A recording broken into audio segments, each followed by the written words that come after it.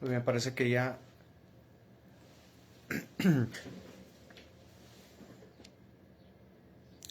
¿Me escuchan?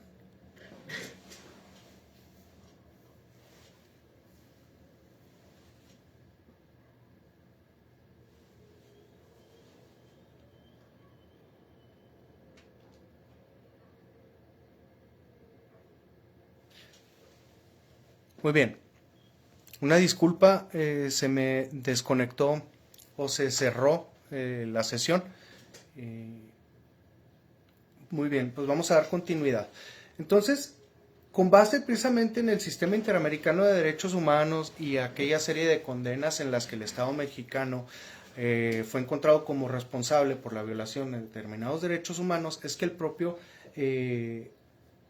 la propia Suprema Corte de Justicia de la Nación ha establecido una línea jurisprudencial donde se establecen, en primer término, la reparación integral como derecho humano. Entonces, volvemos a atender el artículo 1800 y 1801 relativos precisamente al daño moral y, muy bien, al daño moral y precisamente esta conceptualización de reparación ya no nada más tiene que ver precisamente con un ejercicio de subsunción. ¿Por qué?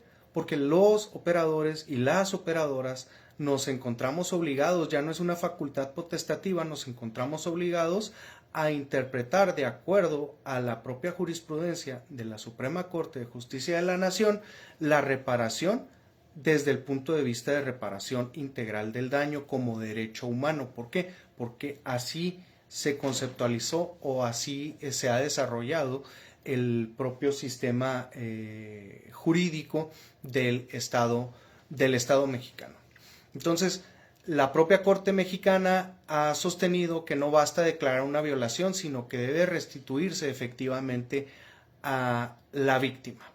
De la misma manera se establece, bueno, sabemos, ¿verdad?, que existe el control de convencionalidad, en cuyo caso, pues ahí sí también los operadores y las operadoras tenemos el imperativo de llevar a cabo la interpretación de las disposiciones normativas desde una perspectiva no restrictiva, sino garantista, a la luz del reconocimiento de el derecho o de reparación en forma integral como derecho humano.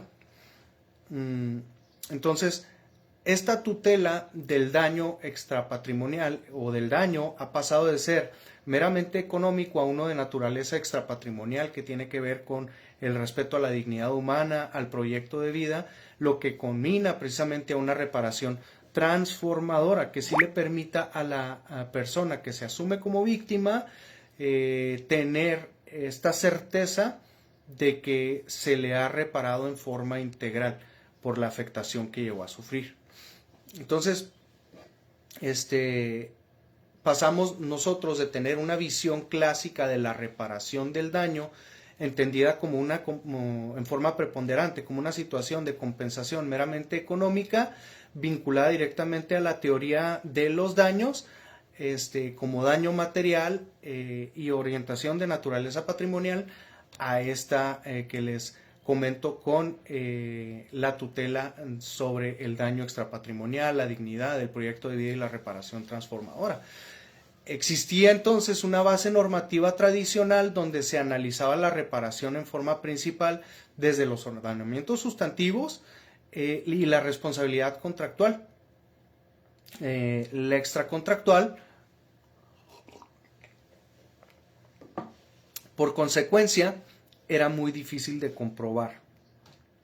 No es que resulten tareas sencillas, sin embargo, ya hoy en día existe el sistema de precedente que a nosotros, como operadores jurídicos, nos va dando determinados lineamientos relativos a la acreditación, por ejemplo, de un hecho ilícito o a la acreditación de un nexo causal. ¿Por qué?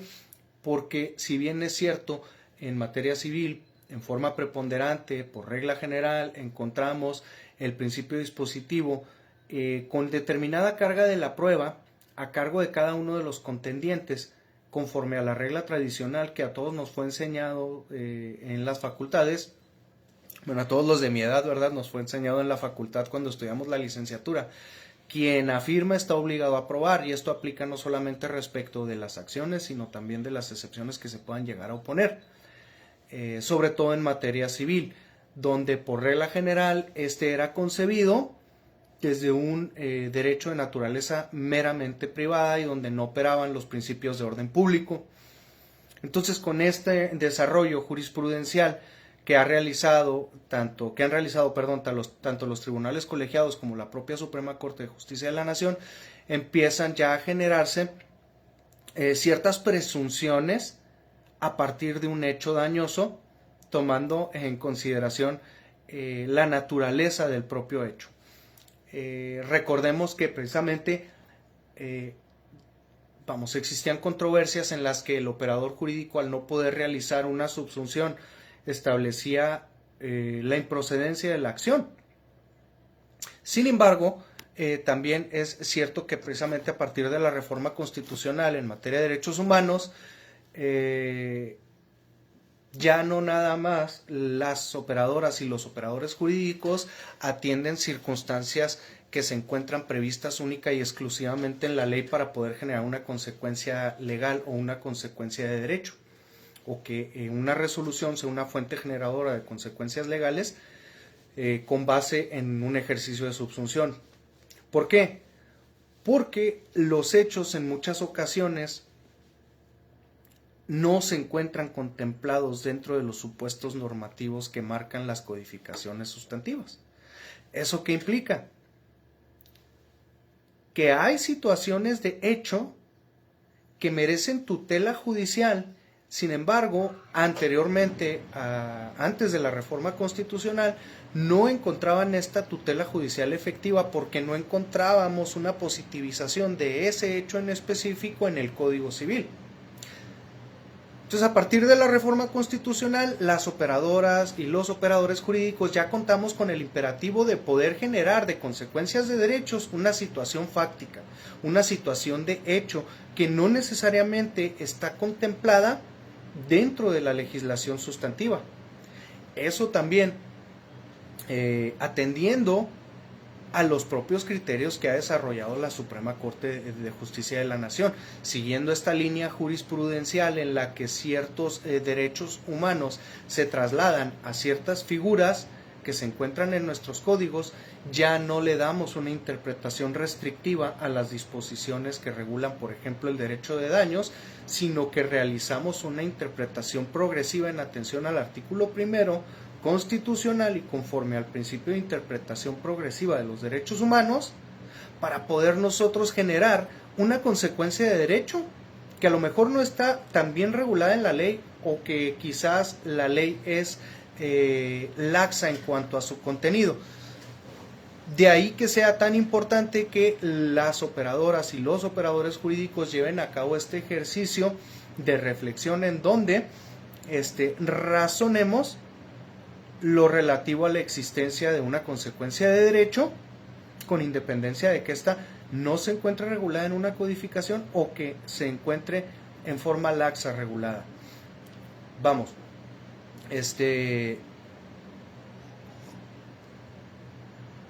y esto se atiende en atención a la jurisprudencia. ¿Por qué? Porque somos 32 entidades federativas y cada una de las entidades federativas tiene un principio de libertad de configuración legislativa, de tal suerte que nosotros podemos encontrar una figura regulada en una codificación, pero en la de nosotros no.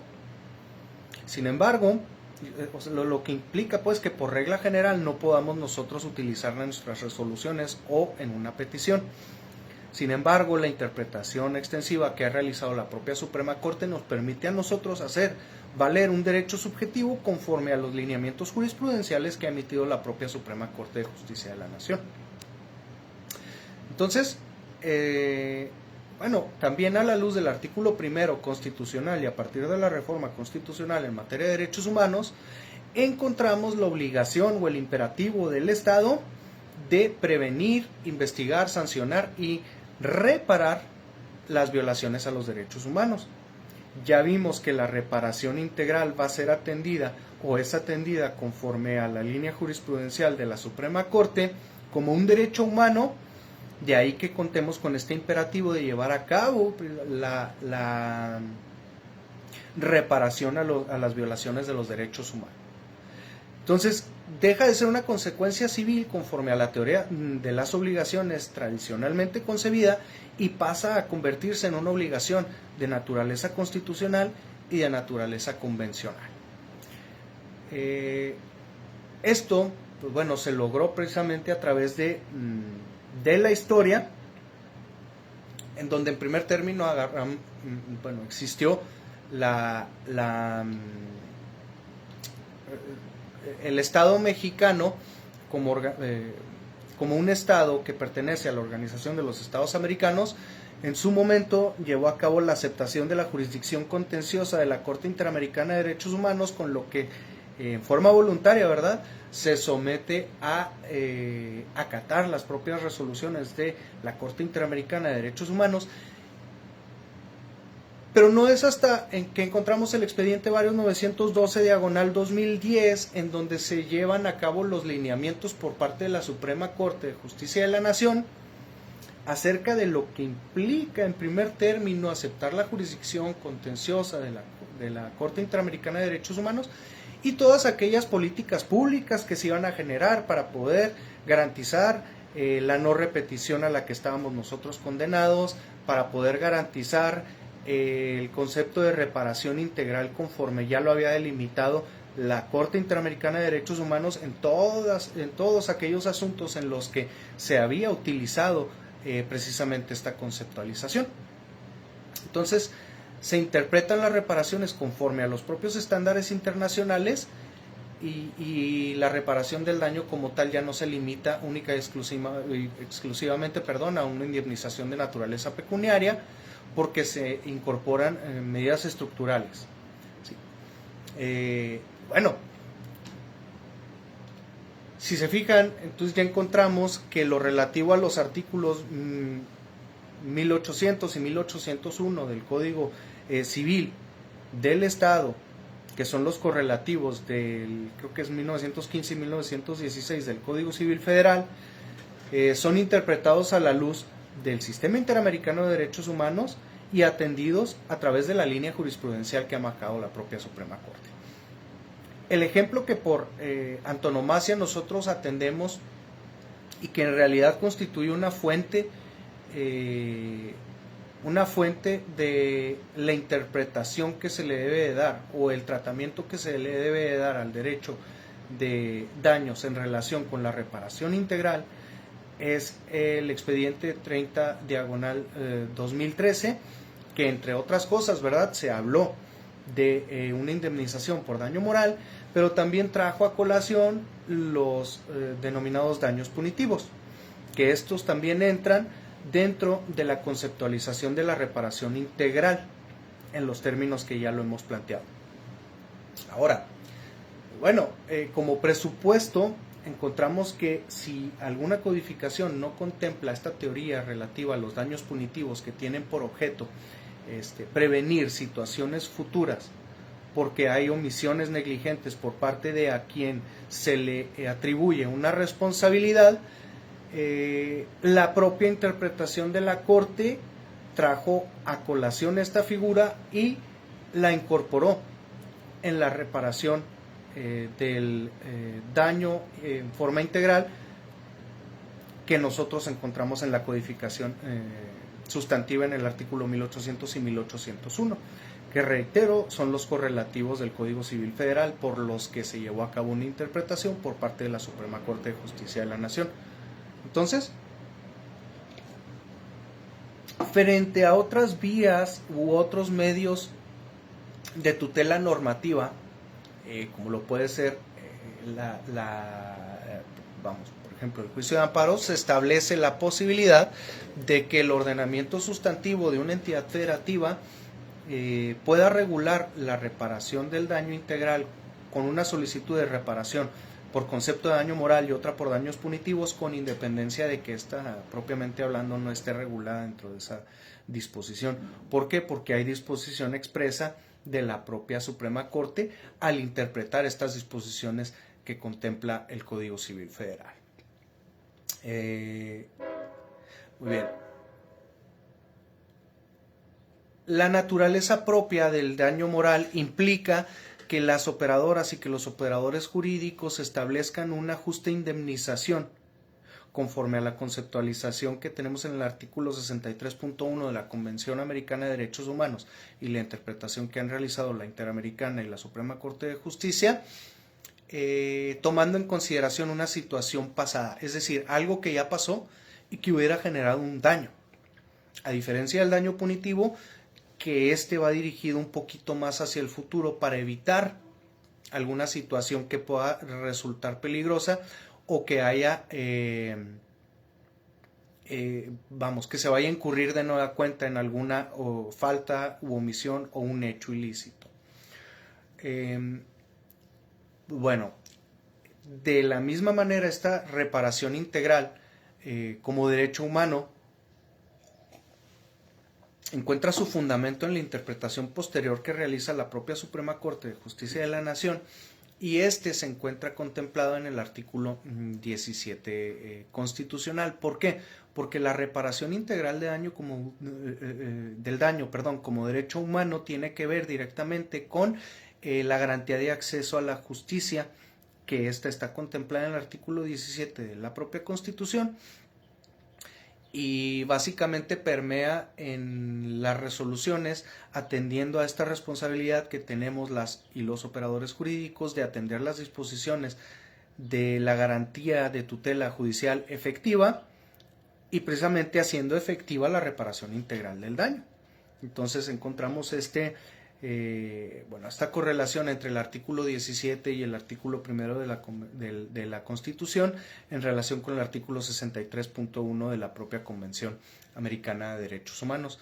De la misma manera, si nosotros recordamos, el artículo 1 de nuestra Constitución no solamente prevé el principio de progresividad como uno que se va a atender para la interpretación de los derechos humanos, sino que también encontramos el principio de interdependencia, en cuyo caso se atienden derechos humanos en forma conjunta, como lo puede ser precisamente la tutela judicial efectiva en relación con la reparación del daño y el derecho a la dignidad que se encuentra contenida en el artículo 11 de la Corte Interamericana de Derechos Humanos.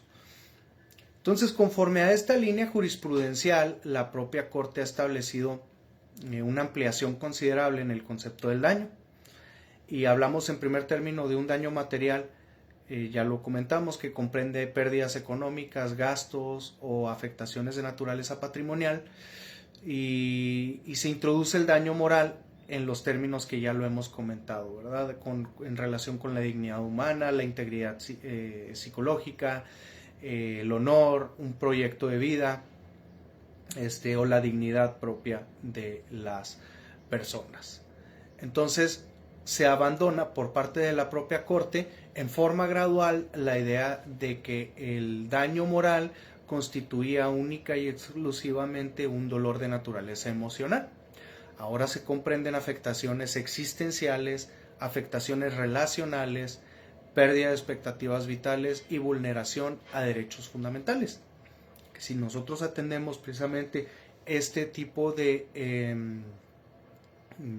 afectaciones, tienen mucho que ver con una realidad que permea dentro de nuestra sociedad y es lo relativo a los trastornos de estrés postraumático, la depresión y los trastornos de ansiedad.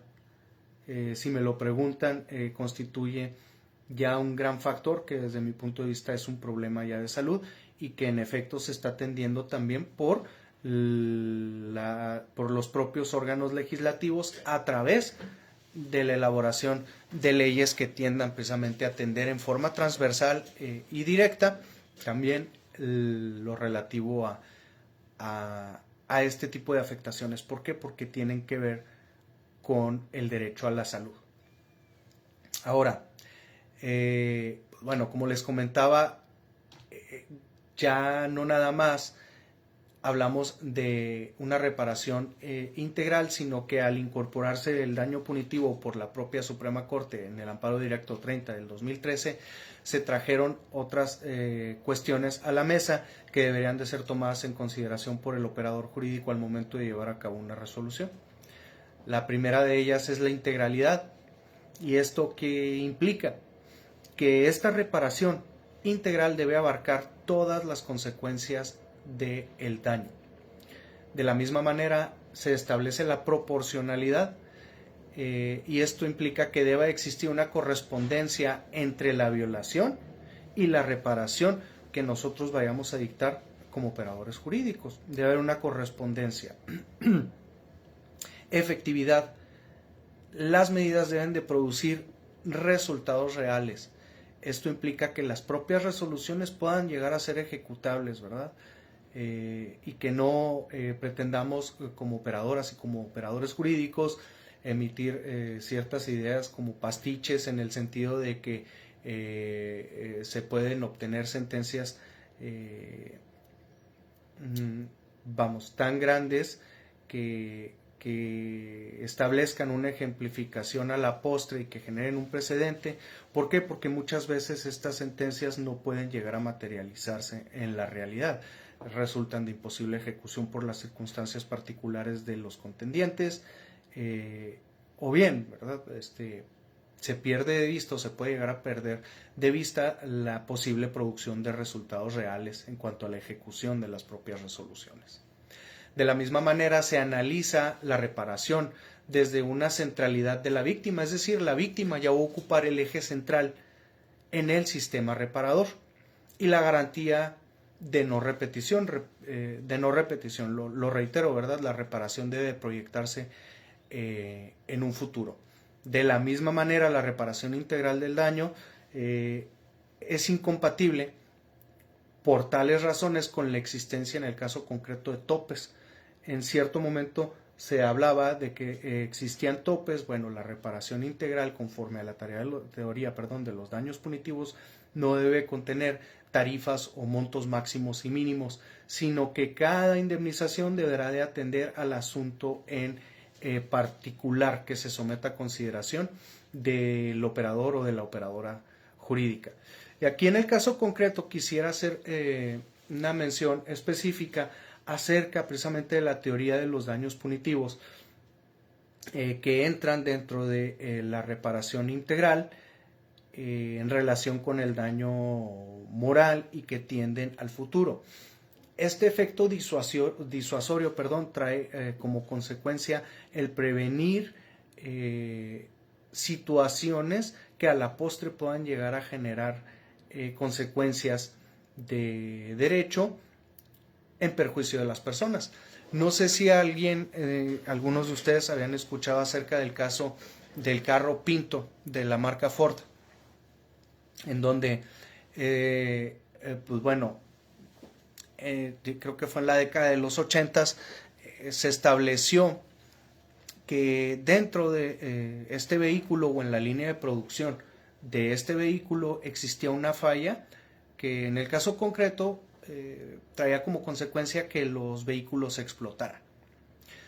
Cuando se le piden cuentas, o que se le pide a esta empresa que rindiera cuentas acerca de esta situación en específico, se percataron de que la empresa había realizado un estudio dentro del que determinaron que les salía menos caro indemnizar a las personas por fallecimiento que ordenar la reparación propiamente hablando de cada uno de los vehículos.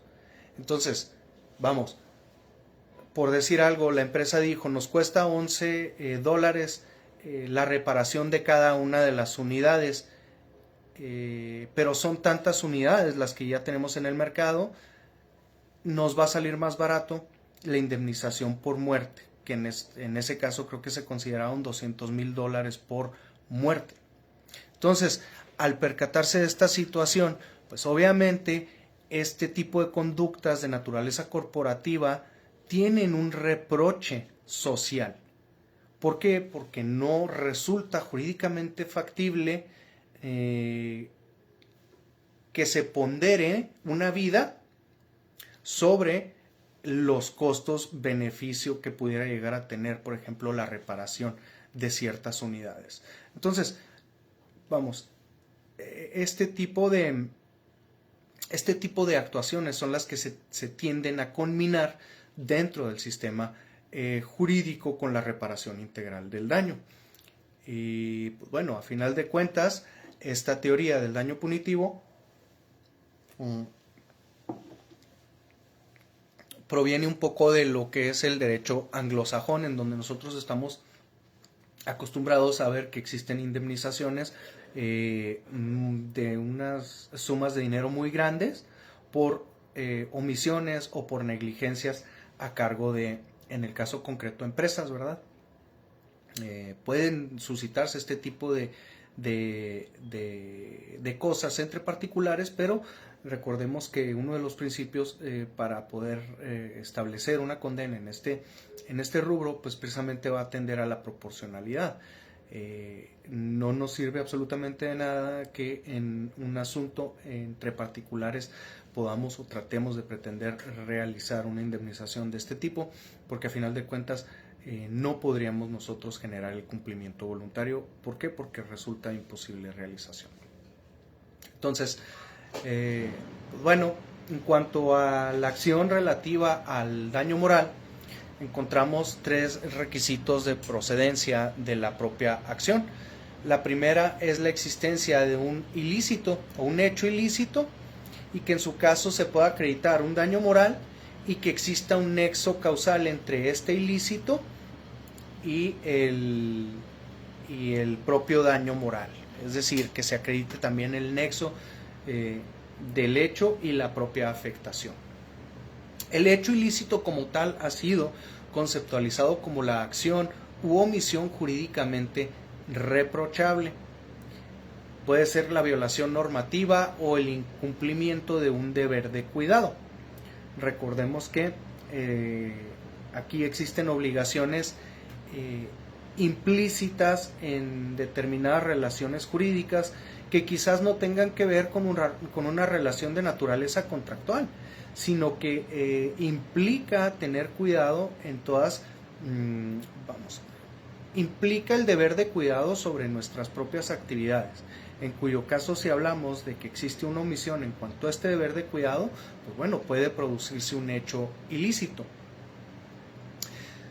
En cuanto a la acreditación del propio daño moral, como tal, ya comentamos que no existe, propiamente hablando, un estándar de prueba o una prueba que por antonomasia podamos nosotros tasar para tener por acreditado un daño moral. Sin embargo, por regla general se atienden a pruebas como lo puede ser la pericial psicológica, con el que a final de cuentas se acredita o son tendientes a acreditar esta afectación en el psique de las personas y que ya han cambiado la expectativa de vida de las mismas, o bien que las mismas puedan llegar a pudieran encontrarse ya diagnosticadas con algún trastorno con motivo del hecho ilícito. De la misma manera, por regla general, encontramos el ofrecimiento de pruebas testimoniales o incluso documentales.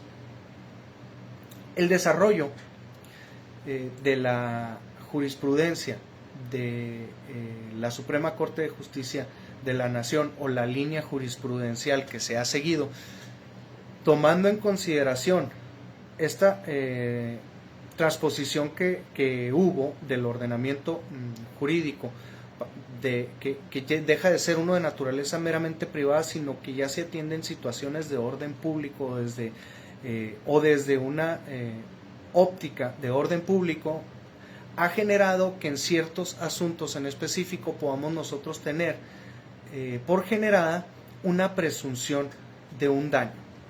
Por ejemplo, en determinados supuestos existe la posibilidad de que determinados daños materiales puedan llegar a ser presumidos, tomando en consideración la dificultad para poder probar el daño moral relacionado con los intereses extrapatrimoniales. Lo que quiere decir que bastará probar un evento lesivo y el carácter del actor para que opere una presunción y el daño moral se tenga por probado. Consecuentemente, deberá de ser el demandado quien deberá desahogar pruebas para revertir esta presunción de la existencia del daño moral. Recordemos que conforme a la teoría general de las obligaciones, quien afirma está obligado a probar. Reitero, tanto lo relativo a las acciones como lo relativo a las excepciones que se puedan llegar a oponer. Sin embargo, existen ciertos principios sobre la prueba, como lo puede ser el principio de disponibilidad de un medio de prueba o la proximidad de un medio de prueba, en donde una persona que se pueda llegar a asumir como víctima quizás tiene una relación asimétrica o de subordinación frente a la persona a la que atribuye una responsabilidad en específico, de tal suerte que le resulta más gravoso poder acreditar este hecho lesivo o esta causa atribuible a la persona a la que se le imputa una responsabilidad para que éste pueda llegar a ser considerado precisamente como responsable. Por regla general, se habla de que la regla de exclusión de responsabilidad es la acreditación de la culpa inexcusable de la persona que se asume como víctima.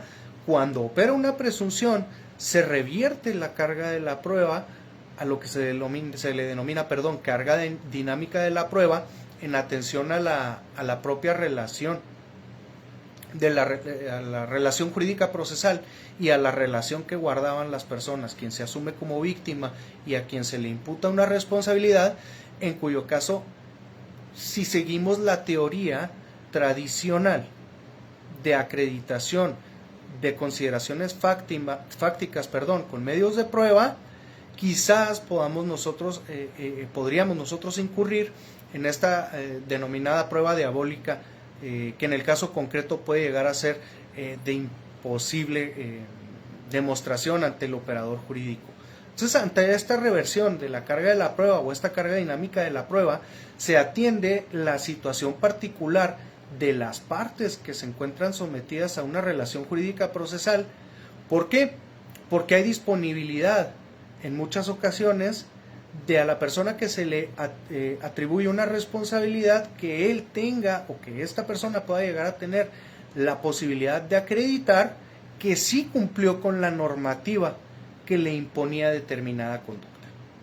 Entonces, es necesario que se atienda a lo casuista en cada uno de los procedimientos. Y bueno,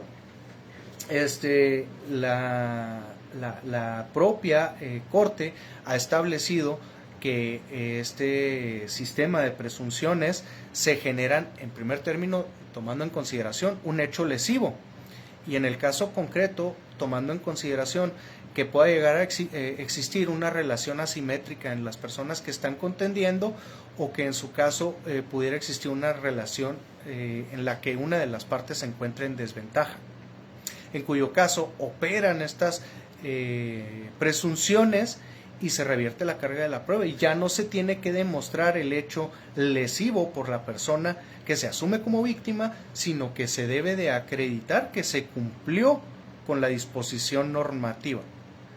Entonces, estas presunciones ya hoy en día, ¿verdad?, auxilian mucho a las operadoras y a los operadores jurídicos y a las personas, ¿verdad?, a analizar cada asunto de acuerdo a su justa dimensión, como para poder nosotros analizar si es factible que en un asunto en específico pueda llegar a operar una presunción. Y estas presunciones no solamente tienen que ver, por ejemplo, con el ejemplo que acabo de poner respecto, por ejemplo, a la disponibilidad de un medio de prueba, sino que ya existe, ¿verdad?, de acuerdo a la Ley General de Víctimas, existen aquellos casos en los que cuando se aduzcan situaciones, por ejemplo, de violencia o de discriminación, también puedan llegar a operar las presunciones legales, en cuyo caso la persona a la que se le atribuye una responsabilidad debe de acreditar que sí se cumplió con el imperativo que la ley le imponía, para poder encontrar una causa de exclusión de su responsabilidad y pues como consecuencia de ello que se le pueda llegar a absolver. Entonces, como tal, el nexo causal como elemento constitutivo también de la acción, a diferencia de un daño material, se adquiere a través de inferencias que realiza el propio operador jurídico o la operadora jurídica, tomando en consideración los hechos del propio asunto que se somete a su consideración. Rara vez habrá una prueba directa de un sufrimiento. Sin embargo, operan ciertas presunciones, y en caso de que dichas presunciones no lleguen a operar, pues bueno, sí tendremos que desahogar medios de prueba tendientes a acreditar el propio sufrimiento. Sin embargo, pues recordemos que ya la óptica del análisis del propio sufrimiento de la persona que se asume como víctima atiende ya no a un derecho de naturaleza privada única y exclusivamente, sino que atiende a la interpretación de derechos humanos, reparación integral del daño, del 63.1 de la Convención Americana de Derechos Humanos, el 17 de la Constitución, tutela judicial efectiva, la dignidad de la persona, el 11 de la Convención Americana de Derechos Humanos, etcétera. Bueno, y los estándares relativos al nexo causal, en primer término, es que la conducta sea una condición necesaria del daño. ¿Esto qué implica? Que exista una teoría de equivalencia de las condiciones. Es decir, se tiene que acreditar que si un hecho no hubiera ocurrido, el daño no se habría producido. Si a una persona se le imputa, a una moral se le imputa que hay una contaminación de un río,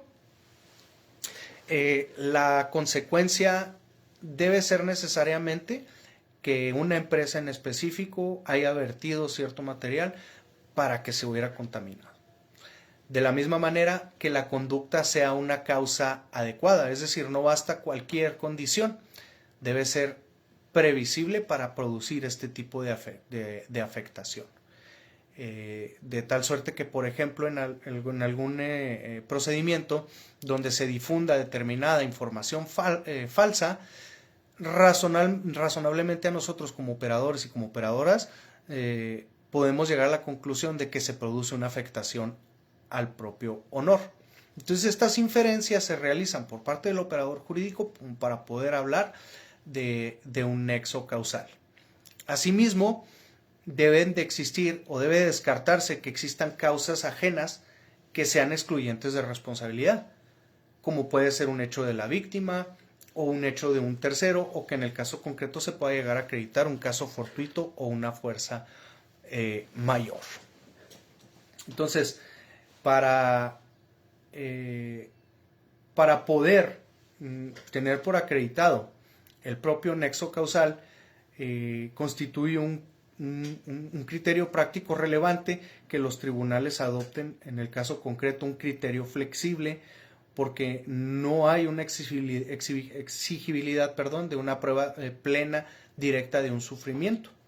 Bastaría entonces una probabilidad razonada, tomando en consideración la situación particular y una valoración integral de los indicios o de los medios de prueba que nos permitan a nosotros como operadores jurídicos tener varios indicios que nos permitan presumir este nexo causal. Repito, ¿verdad?, en aquellos asuntos en los que no operen ya las presunciones conforme a el desarrollo de la jurisprudencia de la propia Corte. Entonces, el nexo causal finalmente lo vamos a lograr cuando se construye una narrativa probatoria que sea coherente, en la que el hecho ilícito aparezca como la explicación más razonable del sufrimiento acreditado. Ahora, bueno, hablábamos ahorita, por ejemplo, de la carga dinámica de la prueba, en donde se admite como excepción a la regla general, ¿verdad?, que exista una inversión de la carga probatoria, y la encontramos como precedente en el amparo directo 5505/2017, y se nos habla de que esta carga dinámica de la prueba va a aplicarse cuando exista una proximidad probatoria para uno de los sujetos de la relación jurídica procesal y que en el caso concreto existan relaciones asimétricas para que pueda llegar a operar una presunción y opere también la carga dinámica de la prueba. Entonces modificamos lo relativo a la acreditación del hecho doloso, sino que en todo caso la persona a la que se le atribuye la responsabilidad deba de tener por acreditado que actuó diligentemente y no conforme a lo que la propia ley le imponía. De la misma manera, pues bueno, hablábamos de que la justa indemnización de la reparación integral debe ser suficiente, proporcional e individualizada, tomando en consideración, en primer término, la gravedad del sufrimiento, las condiciones tanto de la víctima como de la persona que se asume como víctima, como de la persona a la que se le atribuye una responsabilidad, y finalmente lo relativo a la capacidad económica tanto de la persona que se asume como víctima, pero sobre todo de la persona a la que se le atribuye una responsabilidad, para efectos de establecer una justa indemnización como parte de la conceptualización de la reparación integral en los términos que lo ha desarrollado la propia Corte. Bueno, no sé si tengan alguna pregunta o alguna duda.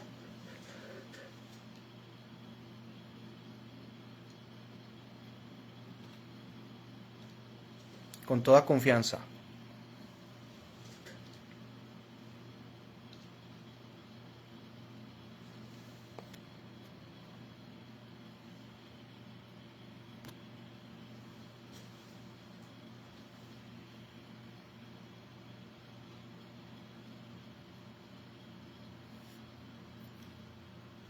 Muy bien. Pues bueno, aquí nada más voy previo a dar por concluida la sesión, voy a referir, por ejemplo, algunos precedentes que en el caso concreto a nosotros nos pueden otorgar cierta claridad en cuanto a en qué tipos de asuntos puede llegar a operar en forma directa una presunción, y en qué tipo de asuntos no operan estas presunciones, o en el caso concreto donde no haya carga dinámica de la prueba y prevalezca lo relativo al principio dispositivo. El primero de ellos es, por ejemplo, el amparo directo en revisión 4306/2020, que nos habla precisamente del daño moral y de la perspectiva de género, tomando en cuenta que la perspectiva de género también ha sido ya interpretada por la Corte para el efecto de que podamos nosotros tomar en consideración una situación particular en la que haya una persona que se asuma como víctima y conforme a la Ley General de Víctimas exista esta condición en la que se vio una desventaja y se debe de aplicar la perspectiva de género para poder resolver este tipo de asuntos. Este es el amparo directo en revisión 4306/2020. Hay una pregunta, dice: me gustaría saber cuál es su postura respecto al tope indemnizatorio. Muy bien, ahorita comenté, déjenme ver si encuentro aquí un registro.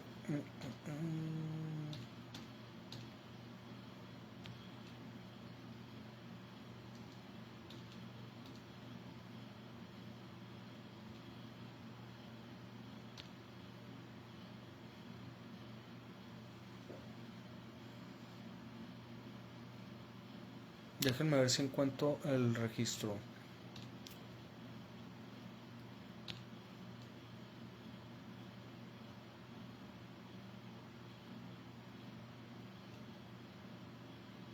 Ok, bueno, en cuanto a la reparación integral del daño y a la existencia de topes de naturaleza indemnizatoria, debemos de tomar en consideración varios de los principios que fueron plasmados en la sentencia 30 del 13, donde se habla del principio de proporcionalidad. ¿Esto qué implica, verdad? Que debe de ser analizado en su justa medida cada uno de los procedimientos como para poder hablar de una indemnización en específico. De tal suerte que no podemos nosotros hablar de que hay un tope indemnizatorio si no atendemos directamente a la proporcionalidad, y debe haber una correspondencia entre la violación y la reparación. Ahora, este tipo de figuras están en desarrollo. Muy probablemente, de hecho sí me tocó ver en un precedente de la propia Suprema Corte, donde se habla de que resultaría tentatorio contra el derecho de la justa indemnización y de la reparación integral del daño conforme al 63.1 de la Convención Americana, si nosotros establecemos un límite o un tope en específico en cuanto a una indemnización. Sin embargo, también comento que debemos de analizar cada uno de los procedimientos para que la consecuencia legal de naturaleza indemnizatoria sea precisamente factible, o que podamos nosotros llegar a encontrar que nuestra sentencia pueda llegar a ser efectivamente cumplida, tomando en consideración que con independencia de que existan o no topes, podamos llegar a decretar una condena que no se va a poder cumplir en específico por la persona a la que se decrete una responsabilidad. Muy bien, a ver.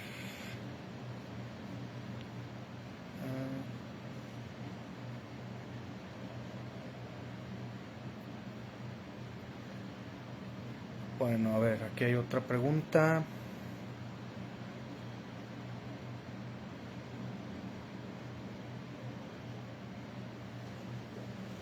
¿Qué hay de los diálogos en mediación o conciliación, donde pudiesen plantearse propuestas que en términos jurisdiccionales no son tan integrales, pero como intermediaria en comunicación únicamente actuamos como eso y no intervenimos en las propuestas? Gracias por todo. A ver, ¿qué hay de los diálogos donde pueden plantearse propuestas que en términos jurisdiccionales no son tan integrales, pero como intermediaria en comunicación únicamente actuamos como eso? Es decir, ok, y no intervenimos en las propuestas.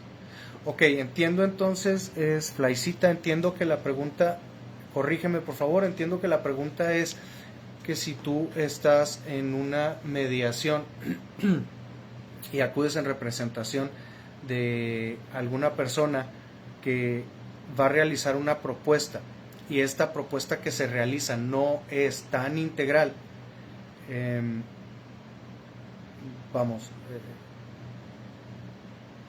o sea, que no tienes una intervención en la propuesta, pero que la propuesta no es tan integral. A ver si puedes desarrollar, por favor, Flaicita.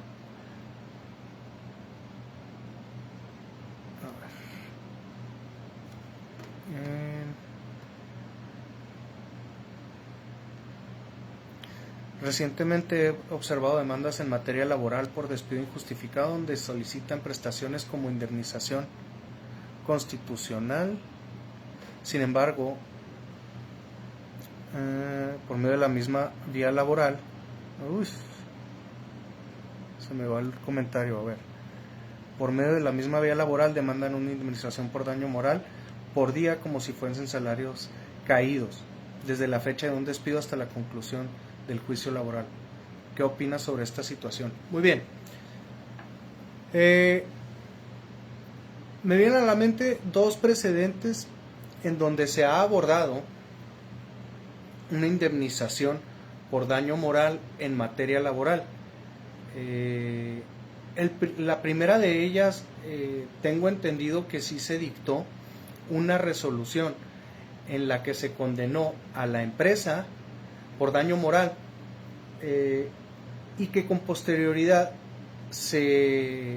obviamente se recurrió o se interpuso una demanda de garantías en contra de aquel laudo o sentencia, no sé qué sería, si laudo o sentencia, y el tribunal colegiado determinó que no existía una competencia del tribunal laboral para poder conocer de ese tipo de indemnizaciones. Y conozco otro precedente donde se estableció, bueno, era una persona que trabajaba en una institución de servicios financieros, trabajó por más de 20 años en los servicios financieros, y esta se vio envuelta en una situación de enfermedad por la que ya no pudo desarrollarse en los mismos términos que lo hacía antes de que fuera diagnosticada. Aunado a ello, dentro de la empresa en la que laboraba empezó ella a ser víctima de tratos discriminatorios por parte de la propia empresa, y en esa en específico se determinó que, tomando en consideración que la trabajadora argumentó lo relativo a que existía tratos discriminatorios, y que además el motivo por el que empezó a sufrir estos tratos discriminatorios fueron motivos propiamente hablando de salud, se llevó a cabo una interpretación en donde operó la posibilidad de que el tribunal laboral analizara lo relativo a una indemnización por daño moral, tomando en consideración en forma básica que se alegaron estas situaciones. La primera es que había tratos discriminatorios, y la segunda que se abordó la justa indemnización o la reparación integral desde la perspectiva del derecho a la salud. Entonces, con estos dos añadidos se determinó que sí era jurídicamente factible que se analizara lo relativo al daño moral en sede laboral. Ahora, bueno, vuelvo a lo mismo, también en materia civil tendremos que ser plenamente casuistas como para poder nosotros analizar si es factible que se pueda establecer una condena o no. Pero si nos fijamos, por ejemplo, en este último precedente que les comento, lo relativo la ratio decidendi por la que se estableció que el tribunal laboral sí podía atender lo relativo a una indemnización por daño moral era que había habido, 1, discriminación, y 2, se atendió en atención al principio de interseccionalidad en forma conjunta el derecho a la salud. Y de esta manera se realizó un ejercicio interpretativo por el que se determinó que sí se podía emitir una determinación en cuanto a ese rubro. A ver, se me están moviendo los comentarios.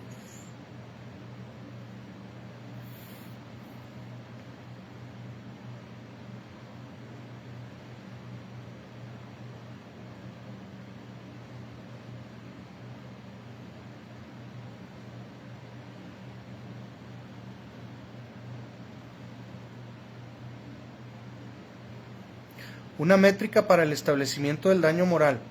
Muy bien, el 1801 del Código Civil nos habla de que el daño moral va a ser determinado al prudente arbitrio del operador jurídico. Entonces, básicamente se tiene que atender lo relativo al asunto en el particular como para poder hablar de una indemnización o la métrica que vaya a tomar en consideración la autoridad jurisdiccional.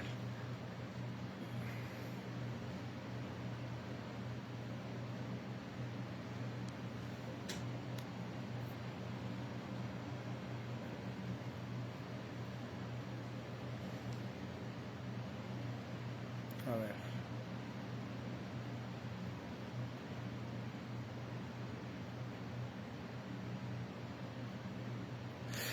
Dice Lick, ¿se deben plantear como prestación independiente daño material y lucro cesante o se deben entender como parte del daño moral?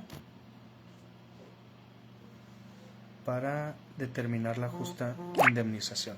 Ok, debemos de tomar en consideración que dentro de la causa de pedir sí debemos de incluir estos conceptos, pero no como, no como prestaciones autónomas. Las mismas forman parte del concepto de reparación integral en los términos que han quedado ya zanjados por la propia Corte Interamericana, como lo relativo a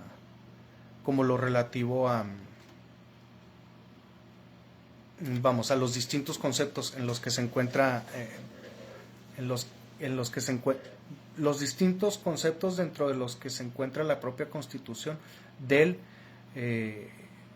la reparación integral del daño.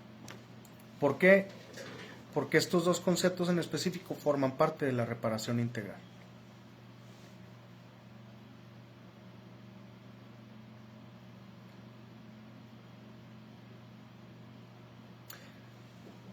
Muy bien, forman parte de la reparación integral y el lucro cesante es del daño material. A ver, me interesa saber cuáles son los parámetros para la cuantificación del daño moral, las pruebas que se toman en cuenta. Todas las pruebas que se ofrecen son las que se toman en consideración. Y bueno, lo relativo a la cuantificación en unidades de medida y actualización o salarios respecto a un fallecimiento por accidente y por qué. Bueno, para poder hablar de un fallecimiento por accidente, tomando en consideración las disposiciones de la Ley Federal del Trabajo en relación con la determinación que emitió la nueva configuración de la Suprema Corte de Justicia de la Nación, tenemos nosotros que atender a las unidades de medida y actualización.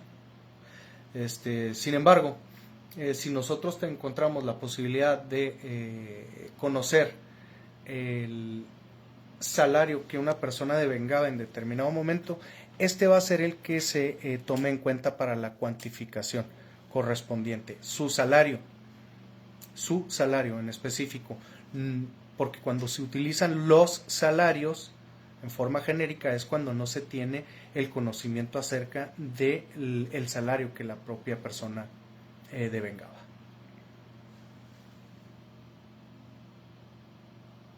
Muy bien.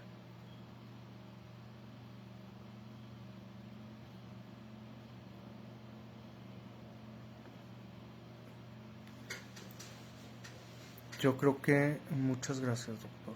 No, gracias a ustedes. Pues bueno, con esto yo daría por terminada la plática del día de hoy. No sé si pues bueno, en alguna otra ocasión yo estoy a la orden en la tercera sala civil regional del tribunal aquí en Ciudad Juárez y pues bueno, aquí estoy a sus órdenes. Les agradezco de nueva cuenta el honor de su atención y agradezco también de nueva cuenta a Academias de Litigio Oral la oportunidad de platicar con las personas, con la comunidad jurídica que se encuentra interesada en estos temas que bueno, no son propiamente hablando nuevos, sin embargo sí han alcanzado un gran interés en la comunidad jurídica precisamente por las resoluciones que ha emitido la Suprema Corte, ¿no? Por regla general, hemos visto que estas sentencias ya forman parte de este nuevo paradigma y apenas están empezando. Apenas están empezando con estos conceptos como los daños punitivos o bien parámetros para establecer una cuantificación en específico. Entonces, pues bueno, es importante que en la medida de lo posible estemos interesados en este tipo de temas y es una situación que celebro. En demasía, les agradezco muchísimo el honor de su atención. Me reitero a sus órdenes, agradezco a Academias de Litigio Oral y si Dios no dispone otra cosa, por aquí nos seguimos viendo con posterioridad para desarrollar u otros temas que ustedes propongan estoy a sus órdenes. Les agradezco en el alma el favor de su atención. Que tengan muy buena tarde, buenas noches ya, todas y todos. Muchísimas gracias.